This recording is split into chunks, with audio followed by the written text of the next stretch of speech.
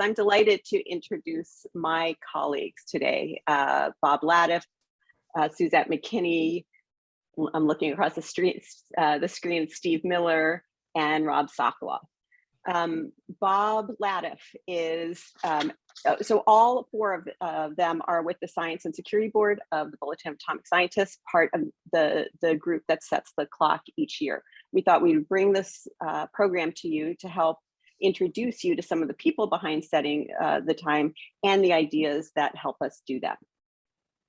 Bob Latiff is a research professor at George Mason University and an adjunct professor at Notre Dame, is retired U.S. Air Force Major General and the author of 2 books, most recently, The Future of Peace, Technology, Aggression, and the Rush to War. And he helps us think about the advancement of technology.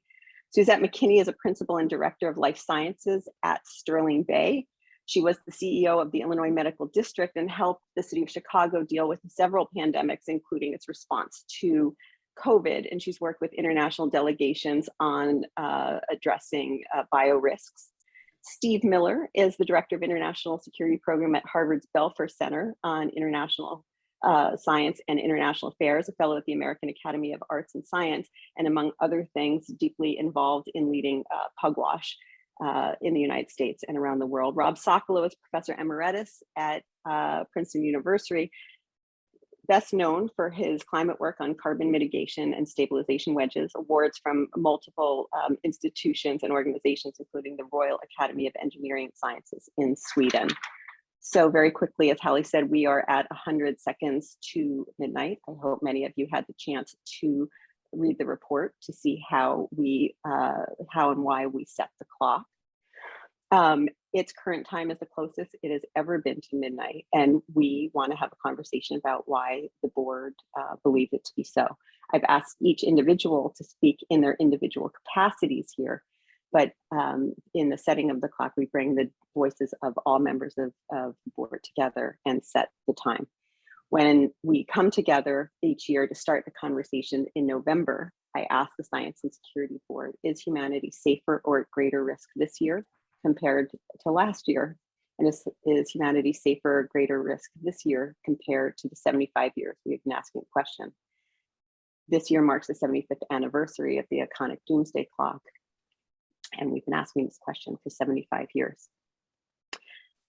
In 2007, the board introduced probably one of the more controversial decisions into the clock setting when it introduced climate as an existential threat. Up until that point, the setting of the clock, you didn't have to differentiate, was this about nuclear risk or existential threat? They were one and the same. 2007, the board recognized that climate as an existential threat needed to be part of the clock deliberations if it was a measure of existential threat. In doing so, we've opened up the conversation to think about the advancement of science, how we should think about that, and what aspects of it need to be taken into consideration as we try to manage the risks of science so we can harness all of its benefits. So with that, let me turn the floor very quickly over to Steve Miller to start us off on this conversation. Steve, one of the reasons that we set the clock so close to midnight, and a call that we've been making over the last number of years, is the deterioration of a nuclear arms control architecture and the deterioration of US-Russian relations, the two countries that control 90% of the world's nuclear arsenals. Can you set the stage for us on the nuclear front, especially in the light of front page news that's bringing nuclear risk to our homes every day around the evolving US or the conflict over the Ukraine? Well, you know, it seemed plausible at the outset of 2021 that we might have a better story to process and respond to with the arrival of the Biden administration and its much more benign orientation towards arms control and other measures of restraint. And we did indeed see the extension of New START, which is a bright point in the story. I think it needs to be understood in context, though, that represented not a big new step, but simply the preservation of an existing agreement that was about to expire. That happened almost immediately after Biden took office. And the tale of US-Russian relations since then has been overwhelmingly negative. There has been some agreement to have some stability talks, but the Ukraine crisis, fears of war, the collapse of the European security architecture, or at least its jeopardy as under pressure of Russian threats to Ukraine, have all just sort of poisoned the atmosphere. Meanwhile, if you look more broadly at the nuclear order globally, the main story is advances in terms of modernization and force size in multiple places. China's looking apparently to expand its force significantly for the first time in decades. In addition to modernization, the Indians, the North Koreans are testing missiles. In the US-Russia context, we see at least the early stages of what many people fear will be a new arms race that will have a very substantial qualitative dimension. You're going to hear more, I think, about hypersonic weapons and ASATs and so on. On balance, we don't see significant improvement despite the more positive instincts of the Biden administration. There was, of course, also a declared intent to restore the Iran nuclear deal, but even that initiative has gotten bogged down in very tangled negotiations. We may still see a positive outcome there, but in fact, so far, nothing really has changed. And meanwhile, Iran's nuclear capabilities have, in terms of knowledge, advancement of centrifuges, accumulation of enriched material, they've just continued to advance. So a few bright spots, a lot of negativity, and in the end, we felt that there was not sufficient grounds for judging that we're safer now than we were a year ago. Thank you, Steve. When we come back to you, I think I will come back to you and ask you some questions about what to expect from the NPT this summer as we think about the global architecture or notions of new arms agreements or conversations between the US Russians, which I think the Biden administration is holding out as a way to maybe walk away from the Ukraine. But let me turn to Bob Latiff now, because I think it was a terrific segue.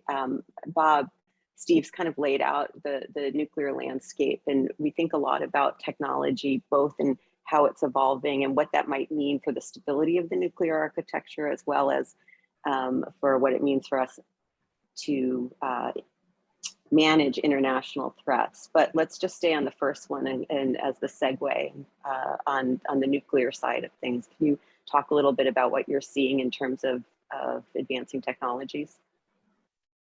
Well, I think the one that's primary that being talked about is the hypersonic weapons systems, and to maybe an equal degree space systems. But the hypersonic systems, although I don't believe they're as far along as people say they are quite destabilizing, very much in the same way that missile defenses, come across as destabilizing. Hypersonic technologies and capabilities are also in that same regard. There are two different types of hypersonics: air-launched and rocket-launched. And the ones that are on rocket launched, they're so-called boost glide vehicles. Those are dangerous because when they're launched, it isn't clear to the adversary whether that's a nuclear system or a non-nuclear system. And I guess the last thing is getting back to the arms race portion of it that's so destabilizing, is that the introduction of those hypersonic weapons has caused the US in particular to start talking about new space systems to monitor those hypersonic weapons. And then there are people who are talking about new space systems to actually attack those hypersonic weapons. And so it generates another very, very expensive, very destabilizing race for advantage. And that's, to me, that's the biggest problem, the thing that worries me about the nuclear stability.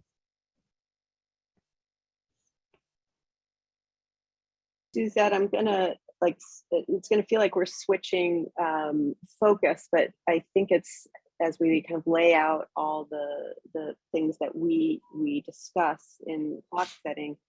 I want to turn to you as part of our focus on biosecurity. As we've been putting this together, we're living through this pandemic. I'm coming from my home, as many of the others on this call are. And so it raises questions about whether we're really investing in these investments that Steve has talked about, or the technologies that Bob have talked about, ways that's making us all safer. And it's hard to answer that as we sit here in our homes. But I wonder if you could talk a little bit about the fact that we recognized very clearly last year, in last year's statement, that we don't see COVID as an existential threat, but it is a harbinger of the future and our inability to manage the global challenges that we're going to face in the 21st century. Could I bring you in on that point? Sure. Thanks, Rachel. It's great to be here. And it's great to have this opportunity just to talk about this work once again. I think, from my perspective with regards to biothreats and why I'm so concerned about not just COVID, but our ability to continue to deal with global threats properly, I think the first thing I would say that really concerns me, interconnectedness of our air travel networks is probably the most significant contributor to this increasing risk of being faced with these global challenges related to emerging and re-emerging infectious diseases, particularly those with pandemic potential. Having the ability to properly detect these diseases, monitor their progression and their sources of origination, but also to proactively respond to them, which includes diagnostic testing and treatment, having the proper medical countermeasures available for people who do become ill from a lot of these diseases, but also more locally, just being able to effectively communicate with the public about what's happening, what the government is doing, what regular citizens should be doing in their homes and their communities. Those are all areas where we didn't fare very well when COVID started in early 2020. And I think what it illustrates is while we've spent millions of dollars preparing for pandemics and other global bio threats since the early 2000s, I think, one of the challenges is every time our federal government experiences budget issues, one of the first areas that we see funding cuts is in our ability to properly respond to these types of threats. And so that's an ongoing concern for me. I think what we saw in terms of the limitations of our country's COVID response really gives a clue to bad actors of just how unprepared we are. And so I think it's critical that our government begin to not just make the proper investments, but sustain those investments so that we can improve our preparedness and our ability to respond to these global threats as they emerge.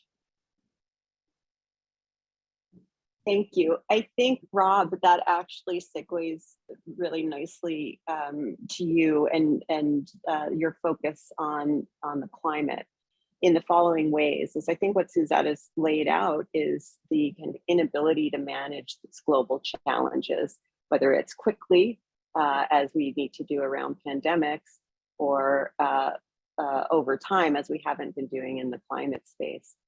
And I think you wanted to start by talking about the challenges of the science in as we think about the calculations of the clock, but also then we can ladder that up to how do we possibly respond to this urgent challenge that is slow. It's both urgent and slow moving.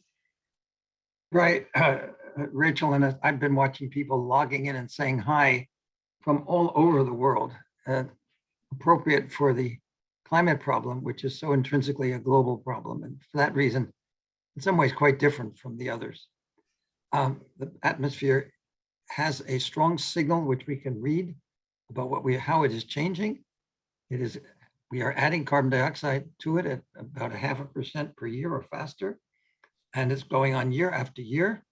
So if one of the issues the climate people weighing in on the setting of the clock have to face is the world is more dangerous every year because of our burning fossil fuels and raising this concentration out of the historical precedents and so forth. Does that give us any opportunity at all to argue for moving the clock away from midnight? And we have to, otherwise we're just the negative people on the team.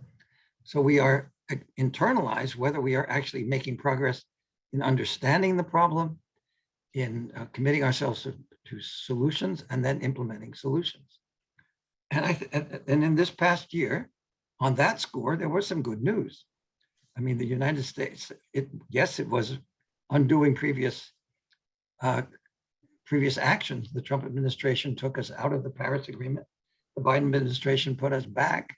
We don't walk away from the global governance opportunities when we have a global problem. We're not going to be able to get anywhere at all. This was important to rejoin Paris. And the Glasgow meeting which was the first important meeting since Paris, 5 years later, really was again the world accepting the priority of doing something about climate change. Compared to what's really changing is how important the problem appears to political leaders and to the public as a whole. But a long way to go from giving it priority, paying attention to it in terms of conversations on the one hand, and getting real progress. And real progress is, unfortunately, takes the form of having to walk away from fossil fuels, leave carbon in the ground, a dramatic change in how we've been running our global industrialized societies for over 100 years. And that is going to be really difficult, and it's going to take global coordination, not only to build the new stuff, but to close down the old stuff carefully. We're going to have price shocks and whatnot, and the world is skittish about it for good reasons. But we will really be able to move the clock back when we see, from the climate change perspective alone, when we see concerted efforts and a buy-in by more of the population than we have right now. Great, thank you. One of the challenges that the climate team regularly has faced is the misinformation and the disinformation around the climate, the fact that the climate change scientists have been saying that it's urgent, but that message for a while was harder to get out. It's been easier, well, it's still hard, but at least it's getting picked up, I think, more generally as people experience some of this firsthand. Bob Latiff, let me flip that back to you. As part of the disruptive tech focus has been on mis and disinformation. And we spent a lot of time trying to think whether or not that was even an issue for us, or how to weave it into our thinking about the kind of existential threats. And we've come up with we've defined it as a threat multiplier. And maybe you could talk a bit about that. Oh, threat multiplier indeed. So I think most people know that in warfare, since warfare has been warfare, there have been this concept of psychological operations, all the way from dropping leaflets to the advent of the computers and the internet and social media has just taken that to an entirely new level. And in fact, if you follow these kind of things, most militaries and governments are now talking and have organizations dedicated to what they're calling cognitive warfare. And this is a very well put together programs to try to shape the battlefield using information. And if one only has to look at Ukraine to see this is occurring right before our very eyes. That recently they came out that the U.S. is saying that the Russians are planning a false flag operation. Well, whether they are or they aren't is not the point. If you put that information out there and somebody believes it, then you are actually shaping the battlefield. So you talk about hypersonics. I said earlier that, I thought that Putin was kind of blowing smoke with all of his, how great his hypersonic systems are. They may be good, but I don't think they're that good. But it's information, whether it's false information or not, it's affecting the battlefield. I'll stop prattling on there. Suzette, let me bring you in on this as focusing on biosecurity. Certainly, as it comes to COVID, mis and disinformation has been a constant battle that you and your colleagues have been dealing with. But I want to focus in just because I think it's been really interesting from the beginning. From the very beginning, you have been saying that while that we need to take immediate action, we need to prepare for the fact that there will be waves of COVID, and that's what pandemics do. And from the very beginning, you were saying, look, it's not just 2, there will be 3, there may be more. So we are living now through that. I wanted to just take the opportunity to get your thoughts on that quickly, but then also for the everyone joining from around the world, what do you see as kind of the bio threats of the future? And I know you spent a lot of time saying we shouldn't be distracted by COVID, unfortunately, because there is more out there we should pay attention to. So kind of a 2-part question, maybe a quick and or a longer one before we begin to wrap this part of the conversation up. Absolutely. So I'll start with, the COVID question and whether or not I think we may continue to see more waves. And quite frankly, I think additional waves are possible. I feel like at this point, we've had so many situations where we've seen cases spike and then go back down and they spike again. Quite honestly, I've lost track of the number of waves that we've seen at this point. However, I say that additional waves are quite likely as we continue to see COVID fatigue and people just growing weary of mitigation measures, including, masking and physical distancing and even vaccination and boostering. What I would say to our audience and try to help everyone understand it is that it is this type of indifference or weariness that's really dangerous and allows COVID and diseases just like it to continue to proliferate. So we have to remain diligent in our efforts to battle the disease. At this point, I believe, and I actually read this in the New York Times, a New York Times article that I read recently, that, just the signs of weariness are everywhere. And while we do now seem to have a significant portion of our population that has been vaccinated, I think progress toward getting more people vaccinated has stagnated, especially now that we need to get booster shots. And, even with the vaccine now being approved for children, the last statistic I read, only about 20% of our nation's children have been vaccinated. So it is this type of weariness and fatigue that really can cause us to cede control to the virus. And I think that that's very dangerous. And it is the very thing that will allow this disease to continue to be an issue for us. No different than what we saw with the 1918 and 1919 pandemic. Again, that weariness and that fatigue caused a 4th wave as late as 1920. So there's precedence and there's an example of this in history. In terms of other biosecurity threats, there's a list, probably starting with just advances in biotechnology, because advances in biotechnology have made it so much easier to modify pathogens, to make them more virulent, to give them pandemic potential. I'm also concerned about the fact that these new technologies and new advances and new discoveries are really outpacing our current biosecurity safety measures. Dual use biological research programs. We understand that those programs exist in places like China and Iran.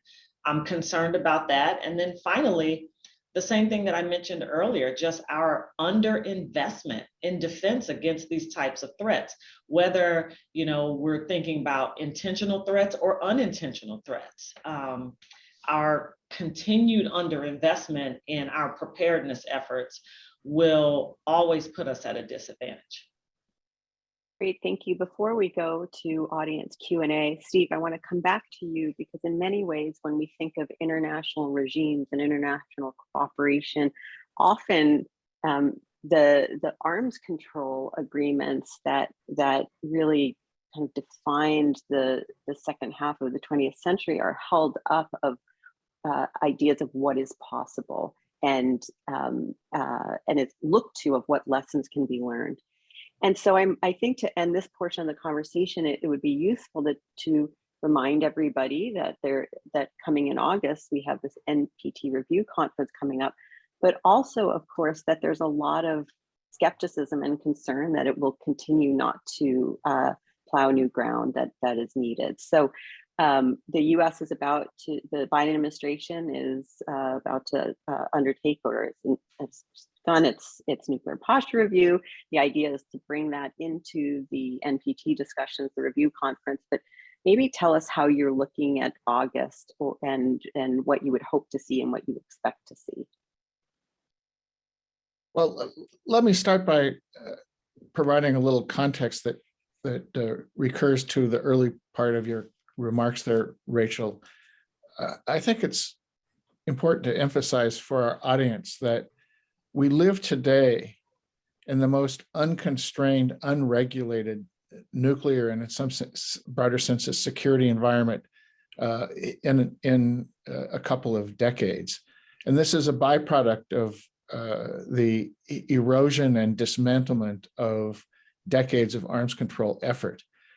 Most of the nuclear restraints have been swept away. Only New START survives, and I think it would have been gone as well had Trump been reelected. The security architecture of arms control in Europe is almost completely imploded. And so we're in an environment where states have an unfettered ability essentially to indulge all of their worst fears and their gravest worst case analysis. And it doesn't look like there's much momentum to change that. There's a willingness to negotiate, but we don't see actually any serious talks underway. We don't see any momentum in the direction of restraint, and in some ways, just the opposite. So that's the broad picture. The Nuclear Nonproliferation Treaty has been one of the foundation stones trying to prevent the spread of nuclear weapons as opposed to the expansion of existing nuclear capabilities. And it has this review conference every 5 years. We're actually overdue for one because it's been postponed multiple times as a result of the pandemic. This is an opportunity for the world essentially to audit where we are, how we've been doing, and what more might be done to create a predictable and prudent environment when it comes to proliferation. But historically, it has been also an occasion for much of the world to express its displeasure with the lack of progress towards disarmament and arms control among the nuclear armed states. So often there's a confrontational element. And the question is, how confrontational might it be, and how damaging might the friction turn out to be? So my main hope is actually sort of a negative one, which is that we don't have some sort of a disaster in August. There have been past review conferences in difficult circumstances that spent the entire conference failing even to agree on an agenda, much less arriving at any kind of constructive result. And we have, of course, these unresolved proliferation issues. The Iran question continues to fester. North Korea continues to advance its nuclear and delivery capabilities. Critics of the regime from the nuclear weapon state side, and particularly from the United States, critical of the regime for its inability to deal with and to deal with these issues of transgression and punish the transgressors.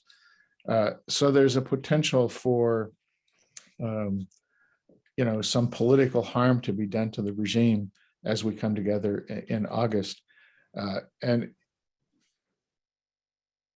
those kinds of tensions make it impossible to reach agreement on the kind of constructive steps that might actually strengthen the regime and make it more robust and effective. Steps that might involve additional transparency, greater empowerment of the International Atomic Energy Agency, and so on, that would provide more reassurance that parties to the treaty were actually living up to their obligations. So that's a kind of thumbnail sketch, I think, of where we are. Yeah, thank you so much. We're at the Q&A portion of the discussion. Let me just share with everyone that that we have a special student program happening right now, led by Science and Security Board members Bob Rosner and Daniel Holtz. And so I'll ask the students now to drop off and join that. And Bob and Daniel, I'll give you a little bit of a heads up that Li Hao Yan, who is joining your session, has a great question. And so you might want to kick off there. But thank you to the students, and I hope you have a good session. Hallie, let me turn it back over to you and we can get the conversation started. Wonderful. Thanks, Rachel. Hello again. As a reminder, my name is Hallie POSNER, and I'm the program manager here at the Bulletin. If you have a speaker for our, if you have a question for our speakers or moderator, please put it in the Q&A function so our speakers can see them. And that Q&A function can be found at the bottom of your screen. Please do not put your questions in the chat. When you are called on to ask a question, you will receive a prompt on your screen to unmute yourself. Please accept that prompt and then ask one question. As a reminder, a recording of this program will be available on our website in the coming days. Now, let's move on to questions. We have our first question from Austin Barrett. Okay, Austin, can you unmute yourself, please? Thank you for having me. As a computer scientist, I'm frequently interested in matters of technology, and I see we've spoken about misinformation, cybersecurity, space debris, all as existential threats, and I would agree as such, either that or preventions of progress. But as quantum computing and artificial intelligence, both of which are extremely powerful, should be upon us within the decade, I'm curious as to any considerations as to whether or not that may be a factor to be added. Bob, maybe I can kick that over to you. Thank you, Austin. That's a good question. Quantum computing, I'll take that one first, certainly is game changing. And if it ever gets to the point to where we can do things like breaking the most secure codes with quantum cryptography and such, it could have an enormous impact on military operations. But as far as being existential in threat, I don't think so. AI, there's been so much written about AI. It is becoming so commonplace in various forms in weapons systems that it would be hard to say that it would be an existential threat, much like we were talking about with information operations.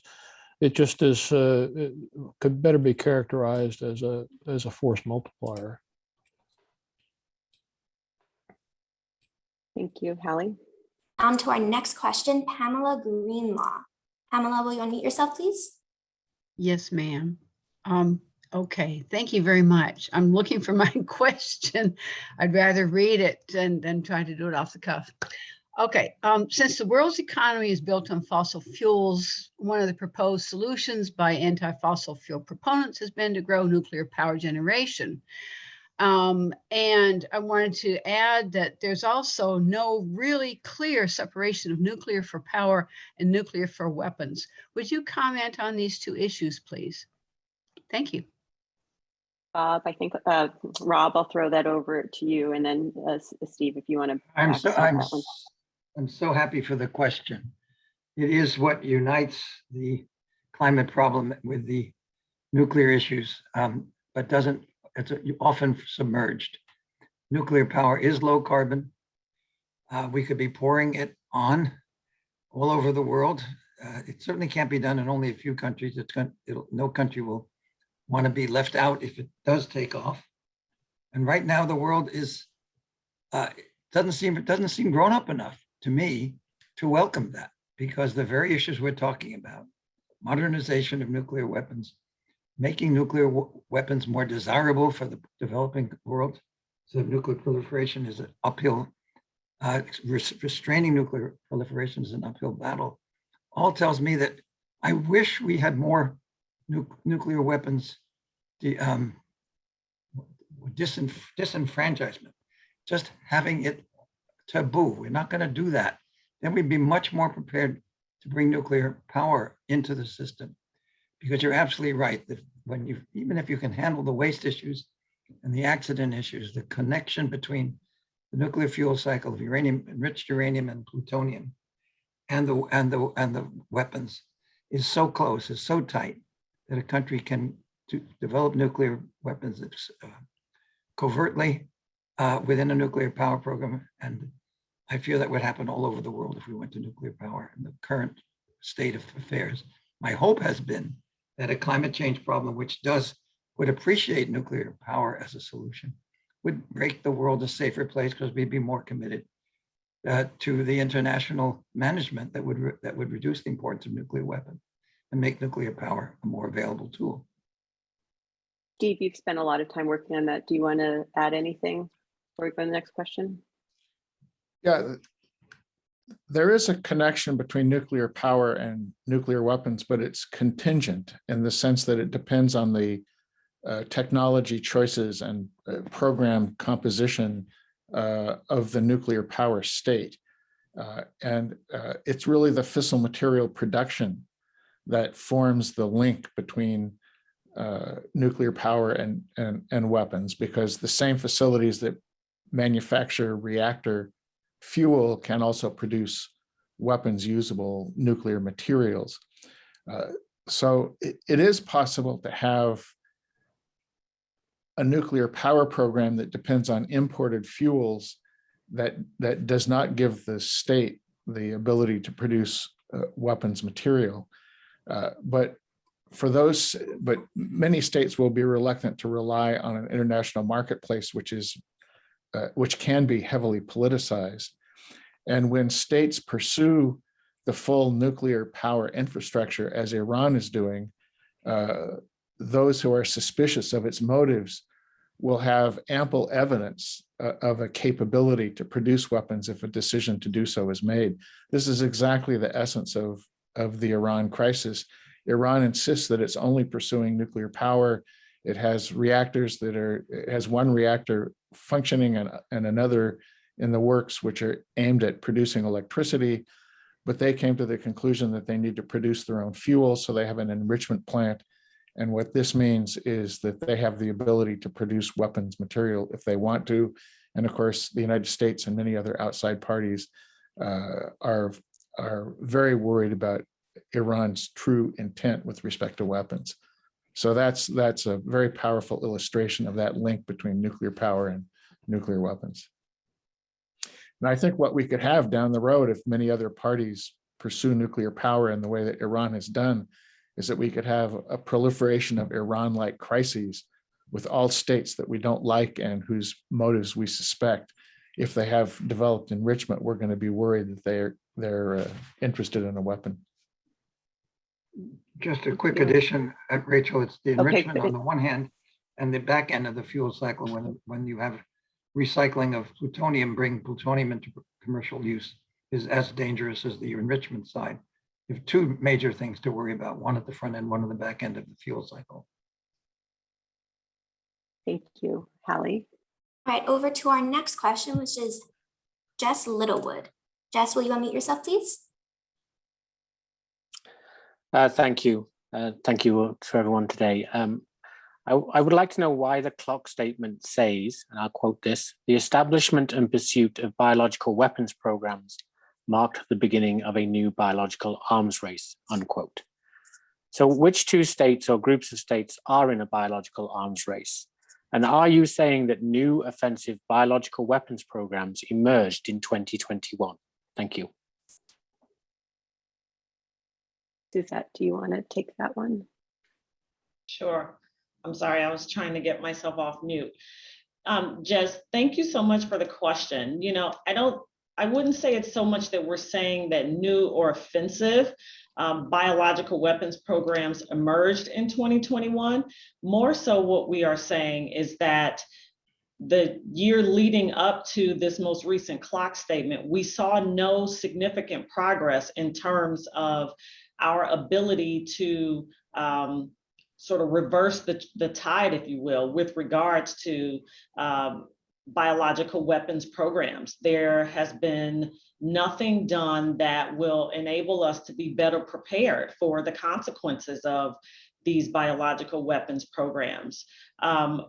Part of the consideration when we are trying to determine the time that we're going to set on the clock is just how much progress have we made over the course of the past year. So that's primarily where, you know, that position comes from. Not so much that we're seeing new programs emerging, but that we aren't seeing any progress toward combating the programs that already existed.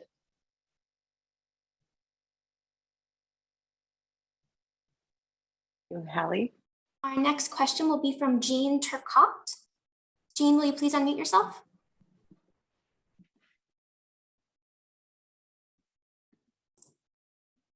Jean, will you unmute yourself, please? All right. Shall I, oh, Jean, are you there?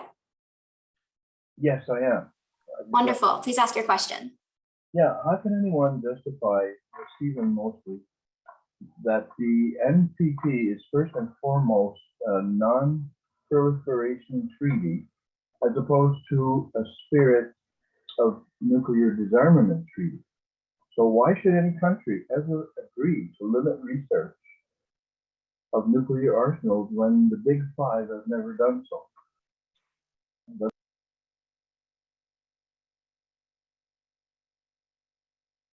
Steve, maybe that one's for you. You've put your finger on one of the persistent controversies and sources of friction in the NPT system. In the Non-Proliferation Treaty, there's a famous Article 6 in which the nuclear weapon states are obliged to work towards nuclear disarmament. And from the very first NPT review conference in 1975 down to the present day, the non-nuclear weapon states have complained to one degree of intensity or another, depending on what's going on in the world, that this legally binding and voluntarily accepted obligation in the NPT has not been fulfilled by the nuclear weapon states. And the non-aligned movement, which with members and observers, I think is approximately 130 states, so something like 2/3 of the international system, quite regularly in relation to the NPT review conferences, introduces a white paper in which one of their central grievances is the failure to make progress by the nuclear armed states in the direction of nuclear disarmament. So you're absolutely right that this is a running argument within the regime. On the other hand, the NPT system has actually survived this friction.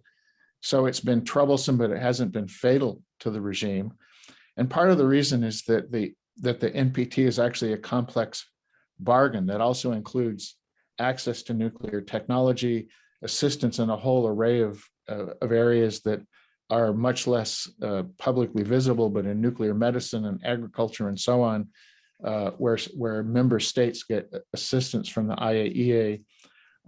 And also, fundamentally, the NPT is undergirded ultimately by the judgment of a large number of member states that they are better off without nuclear weapons than with them, and that their security environment is safer if it is rid of nuclear weapons rather than marked by nuclear weapons.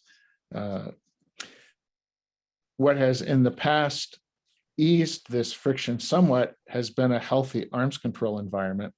When there are major agreements in force, when there's momentum towards additional agreements, when the major nuclear armed states appear to be committed to an arms control trajectory, it's much easier to make a credible case that the Article 6 disarmament obligation is being taken seriously.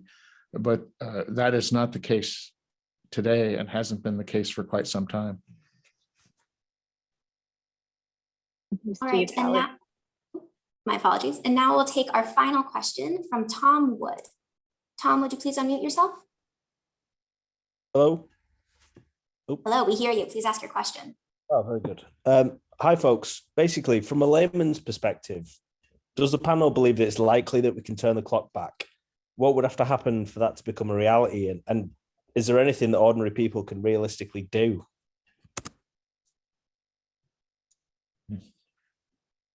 Thank you, Tom. That's a great question that we talk about often when we're setting the clock. So I think that's a good one for all of our panelists here today. Who wants to start rather than my assigning it? Go ahead, Rob. Yeah. First of all, we can turn the clock back. We have, I believe we can. I think the governments really have the capacity to be less parochial and see the value to themselves of having broader agreements.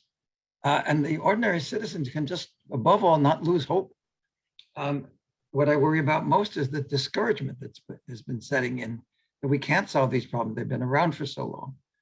But we can, and we're going to make progress on climate change, so that it'll be driven by ordinary people just saying we don't need to, we can make smaller changes in our lives that are unfamiliar, and we'll get better at it. Maybe that will spill over to some of the other issues. Why on earth are we living with a nuclear threat over our heads still and launch a warning? We just have to pay more attention to where these threats are coming from, and then political will is going to be essential. And despair is the worst outcome we could, is the worst sin in a way. Suzette, maybe I'll draw you in. Sure. Well, first I'll say that I agree 100% with Rob's comments, but not only despair, I think, but also complacency. The political will in all of this is critical. So I think one of the more active things that citizens can do is, and we encourage this every year during the time that we release the clock statement, that is, read the clock statement, work to understand those things that we're most concerned about, and then express your concerns to your legislators and your local elected officials, because it is the political will to make significant strides against all of these types of threats that will get us to where we need to be, so that we can turn the clock back. Bob Latiff. So Suzette took my first, I had a two word answer. So my first word would have been vote. That's the biggest thing that we as citizens can do, is vote for the people who share our concerns. And the second one would be educate yourself. Mm-hmm. The problem is people taking what they're hearing and seeing and reading at face value, and that is very dangerous. So vote and educate. Steve Miller, do you have thoughts? Well, first of all, it's worth pointing out that there have been phases when we did move the clock back, and sometimes quite significantly, usually in response to extraordinary events like the end of the Cold War and in the early 90s, the harmonization in effect of Moscow and Washington's worldviews, at least for a fleeting period. And that suggests that working towards the detoxification of great power relations would be one significant thing that one could do to help us move the clock back. In my domain of nuclear affairs, I think rebuilding the case for arms control and reestablishing some momentum in that direction would be development that would cause us to think that we could move the clock back. But in general, I would close by endorsing a point already made and very nicely again by Bob just now, and that is we have to struggle against primitive behavior on the part of powerful states. We have to foster a wider understanding of the wisdom of restraint and prudence in our affairs, and not recur to these kind of simplistic nationalist impulses that seem so often to govern both American and Russian and other state behaviors. And the route to that is an informed citizenry that has the ability to take a more sophisticated view of the world and inoculate itself against these primitive impulses that bring us to crises like Ukraine. And maybe I can just use this that as a segue then to close our discussion today. For those of you following the chat, Ernie Rosado has pulled out a quote from Hank Green at our clock announcement, where Hank said, "No one person changes the world alone, but no one doesn't change it." And I think that's a really powerful idea that we can leave this conversation with. People ask us at the Bulletin, or we're the doomsayers. How do we go to work every day? But it's actually, I find that being engaged in this work is a cause for optimism. What my fellow panelists have said is we have moved the clock back. We know we can do it. And in fact, we know we must do it. And so we can't, all of us, change all aspects of what we've heard about today. We have to find the part of the conversation that mobilizes and engages us the most. But in each of the presentations today, you did hear areas where we need your help. We have shown ourselves to be both resilient and vulnerable. We are sitting in our homes. The investments our leaders are making on our behalf are not keeping us safe. We've seen that in the macro, and we see it in our immediate lives. And so whether you are someone who can wear a mask longer than maybe your friends because we are continuing to live in this pandemic, that is advancing all of our well-being. If we can help educate and rebuild the argument for arms control in our communities, that is helping us. If we can think about how we heat our homes differently, that can ladder up. And so each of us can't change the world on our own, but we all change it a little bit. And so I think the greatest thing that we can do is engage our peers. And this will be where I think we should leave off. Every single one of us are influential in our community somewhere, whether it's on the playground when you're picking up your kids, whether it's in your church, synagogue, mosque, whether it's in your company, whether it's in your community group, your card table, wherever that might be, there is a place where you have influence. And you can use that influence to advance these conversations. When your colleagues or your friends say, arms control is ridiculous, what does it do? We know it's important, and we know that table by table, we need to build that case. We know that we need to do more on the climate front. We know we need to manage the risks of advancing technologies so we can benefit for all the good that it will bring. And we know we have to take biosecurity seriously because we're still in our homes, and because we know more is coming, both because humans are moving into the natural environment and because of the advancements of technologies we've talked about. So there are a lot of things we can do to turn back the clock, and that's really the challenge before all of us. And so with that, I want to thank you for joining us from around the world in this conversation. And Hallie, I'll turn it over to you to close us out. Thank you. Thank you to all of our speakers and to our moderator for this very dynamic and very important conversation.